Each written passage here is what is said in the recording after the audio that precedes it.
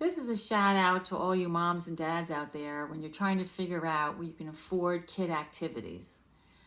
I know when my son was about 8 years old, 8, 9, 10, I don't remember, he wanted to play lacrosse and we needed the lacrosse equipment. And at one point he said, "Can I buy a lacrosse helmet?" I wasn't even sure the cost of that. I don't know, between 50 and $100. I don't even remember anymore. But I remember thinking to myself, I don't know if I have money for that. I wasn't even sure where to begin.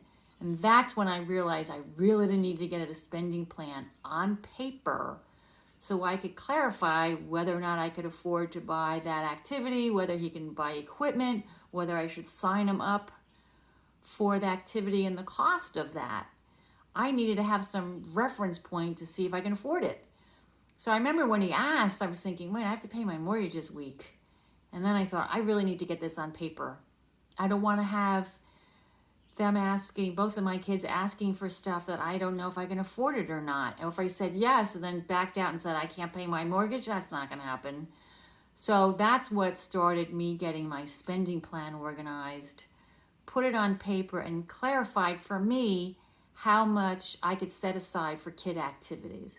And then I assigned a specific dollar amount. And then we had to determine which activities he could participate in or not. I know my son was a very good athlete at the time. And I remember the flyer coming home from school for hockey, ice hockey. And I thought, that's a little too expensive for our budget. I don't want to get up early in the morning for ice time. For the point of that, I made an assessment and said, this is not an expense I'm willing to spend it on. We wind up sticking with soccer and lacrosse. But you really got to look at those dollars because, boy, could they start adding up. When they start playing these travel activities, I remember saying, all right, if we're going to put that in there, some other activities are going to have to go if that has that kind of value. And there are some teams that I said, no, they were too expensive.